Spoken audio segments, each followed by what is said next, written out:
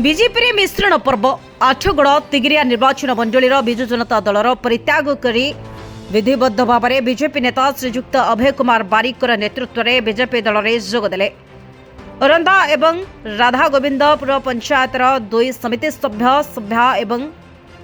चरणमय विश्वाल रंजित कुमार स्वाईं समेत बहु ward member पूर्वतन वार्ड मेंबर सहित बहु नामी दामी व्यक्ति विशेष माने 50 रु ऊर्ध्व कार्यकर्ता माने बीजेपी दल में जोग देथिबारु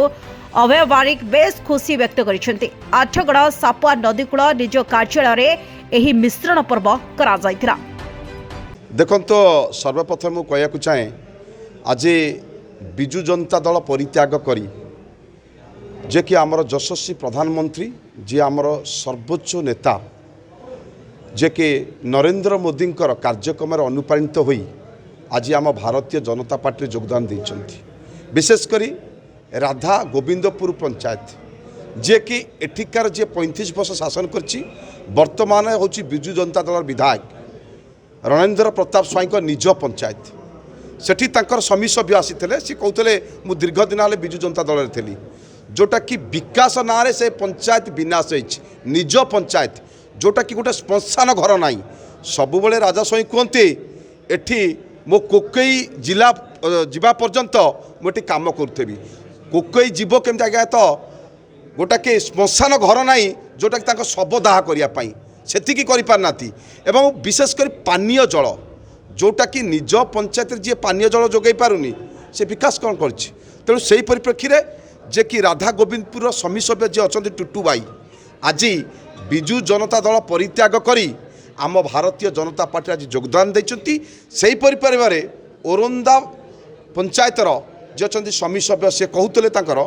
जे एक्चुअली समी सभ्य बोली गोटे पद अच्छी किंतु तांको अणदेखा करती केवल मीटिंग की डाकती रबर स्टाम्प भेड़िया जहाँ तांकर बयान दौले जोटा कि सेठी मध्य किछि विकास हैनी 3 वर्ष है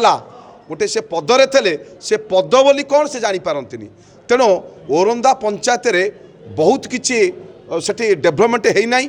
केवल खणी खादान चोरी चलती सेठी एवं सेठिकार जी अच्छा सरपंच तांको माध्यम रे राजा स्वाई पैसा हरिलुट करछंती जो विकास ना रे विनाश आपण निजे स्टेटमेंट सुनिले। तेणु से परिप्रेक्षी आज दुई समी सभ्यों सहित तिगिरियार जी अच्छा वार्ड मेंबर सी मिश्र आज शताधिक बिजु जनता दल परित्याग करी बीजेपी आज योगदान देइछंती। सेतिपई मु तांको आम भारतीय जनता पार्टी दल तरफ कृतज्ञता करुच्ची एवं निश्चित भाव में आगामी दिन में देखिए एठी आउ कई समी सभ्य सरपंच नथे। मो ना रंजित कुमार स्वाई राधानंदपुर ग्राम पंचायत समी सभ्य मो एक्चुअली बिजु जनता दलर बहुत पुराणा कर्मी आम प्रति टिके कैंडिडेट मान प्रति टी अवहेला कौन लोक मानकर समस्या आम जिते राजा पाखक नहीं गलु राजा बाबू आमको कौन प्रकार खातिर कलेनि जी जड़े कैंडिडेट ताकू गोटे साहाय्य कले से लोक साहाय्य कर तेणु जेहेतु आमर कौन समस्या सी समाधान करें ना मु देखिली जे लोकंकर सुविधापी समस्या दूर करने मत तो निहाती किसी करा पड़ो ना लोकंकर समस्या दूर करी केमती। तेणु मु देखिली जे आमर जो युव नेता अभय कुमार बारिक तांकर से जो भाव